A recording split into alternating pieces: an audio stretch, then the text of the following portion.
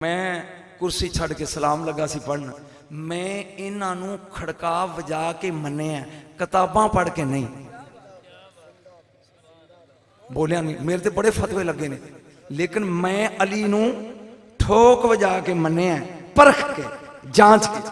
इस साल बगदाद आखिरी दिन सी, आखिरी दिन ते मैं तेन दसिया भी झोटा उठ ते रन ये वैर नहीं गवांदे। मैं गौस पाक दे मिंबर ते बह के खिताब करदा पिया ते मेरे मुंह निकल गया, लोको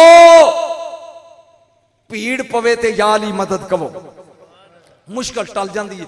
वो वक्त गुजर गया। सुबह साडी बस सामरे जानी सी ते सामरे रस्ते चैकिंग बड़ी बुरी होती है।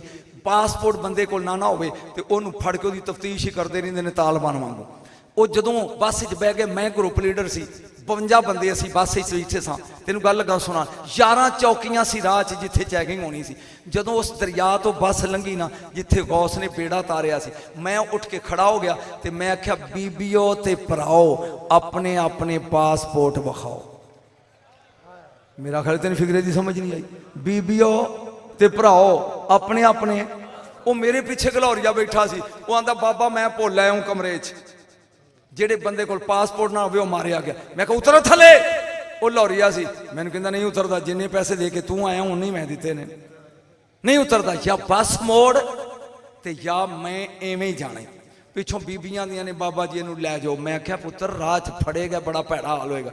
वो आंदा मैं नहीं जाता। लो जी असी एवें टुर पे। पहली चौकी आई, वो पुलिस अगे खड़ी सी अराकी, उन्हें बस रोकी तो शीशे च अगे मैं सी। खिड़की खोल मैंने पूछता, मनम तुम कौन हो तुसी? मैं कहना नो कुल्लो ना पाकिस्तानी, असी सारे पाकिस्तानी। कहता रहो जाओ। 10 चौकियां च दाल लग गया। जदों आई ना 11वीं, सामने शहर से सामरे का जिथे जाना सी, ए चौकी है, 20 सिपाही सन कलाशनकोफ वाले। उन्हें साड़ी बस इंज घेरी जिवें मुजरम होंदे ने। उन्हें चो एक 6 फुट का अंदर ते 2 कुत्ते सन जिन्हां नाल चैकिंग करते सी। एक अंदर वड़िया, उहदे हाथ कलाशनकोफ ते 5 पिछों चढ़े आउंदे ने। उन्हें आके अरबी च क्या, अल्जवाज अपने अपने पासपोर्ट कढ़ लो। मैं हुण पिछे वेख लिया भी कन्न टुटिया, हुण फस गया। पिछे तो दाल गया लग ते इत्थे लगना। हुण तू सलाम लई तैयार रहो, फिकरा सुन के। इत्थे लगना नहीं। वो अगे से मैं अपना पासपोर्ट कढ़िया।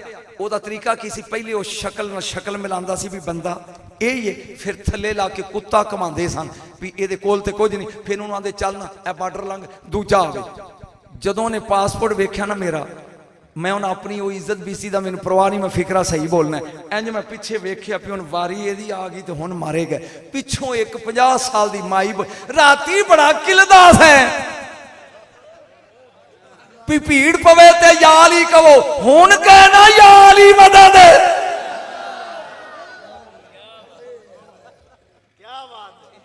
मैं तो पूरा फिकरा समाइदा सुनाता है।